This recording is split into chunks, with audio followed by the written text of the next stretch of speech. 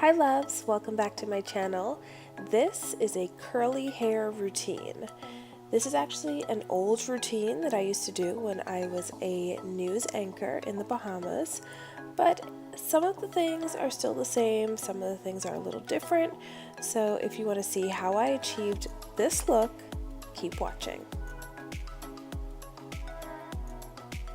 So the first thing that I would do on mornings when I was getting ready, and it's a wash day morning, is actually apply my makeup. Now we did have a makeup artist who came to the studio to make us look camera ready before we anchored, shout out to Sasha, but I would apply my own foundation and makeup before I left home, just in case I had an on-camera interview or anything like that before the evening news.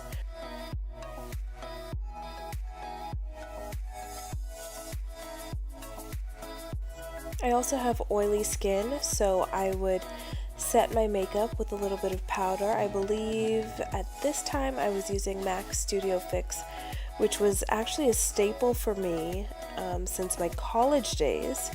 And since we took broadcast journalism, they basically recommended MAC Studio Fix as one of the camera-ready powders and foundations that we should use if we're doing our own makeup. Now on to the actual curly hair routine. I start with wet hair and I always leave in some of my conditioner, actually most of my conditioner that I would have applied in the shower.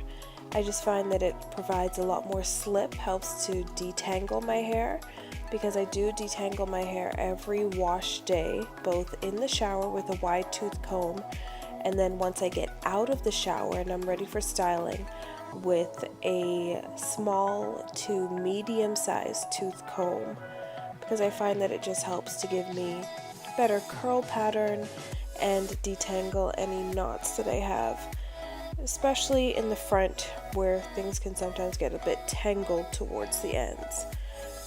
So any of this white stuff, it's just conditioner that's been left in my hair.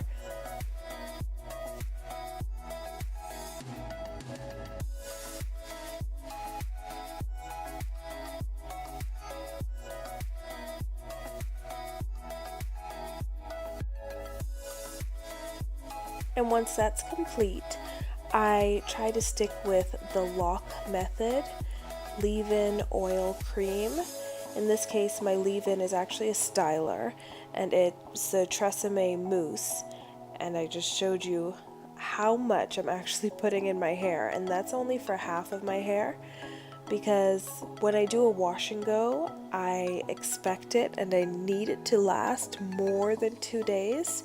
So it took me a while to come up with this combination, but I found that using mousse, although it can have alcohol in it and it can be drying for some people, it actually helps to set my curl and define my curl so that I don't have to use a whole bunch of gel. And in the front, I just have a lot of new growth due to postpartum hair. At this point, I was about 10-11 months postpartum. So the next step in the lock method is oil, and this is just a multi-use oil that I'm applying. And I don't use a lot of oil because I don't want my hair to be greasy, but just to coat and cover those strands and basically seal in some of that moisture so that my hair will be shiny and smooth and soft.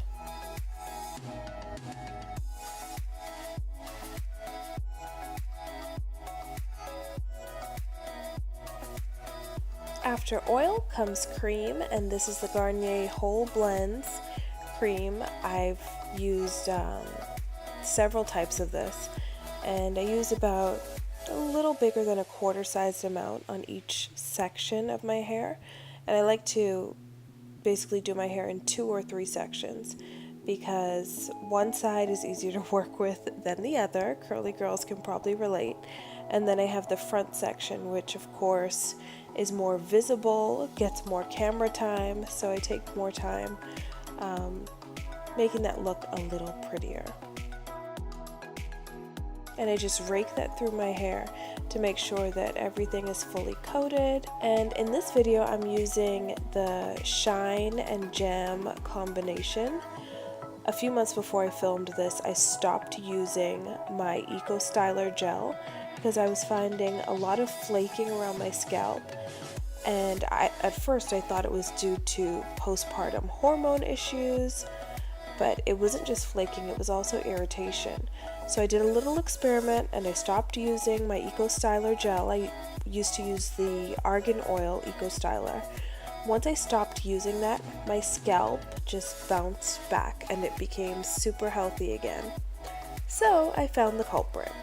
After all of my products have been applied, I just start to comb through my hair again so that I can get my curls defined and make sure that there are no clumps of product. As you can see, there's a clump of product in the front of my hair right now, but I smooth that out, smooth down my edges, and we're just about ready to go out the door. In the Bahamas, my hair would take about 4 to 6 hours to completely dry. So it happens in a high humidity area, but the results were so worth it, and I'd have shiny, defined, bouncy curls for days. And that does it for this video. Thanks so much for watching. Please comment and let me know, is there anything special that you do in your curly hair routine, and does it change depending on where you are, high humidity versus low humidity? If you like what you saw in this video, please don't forget to like and subscribe and leave a comment. See you in the next video.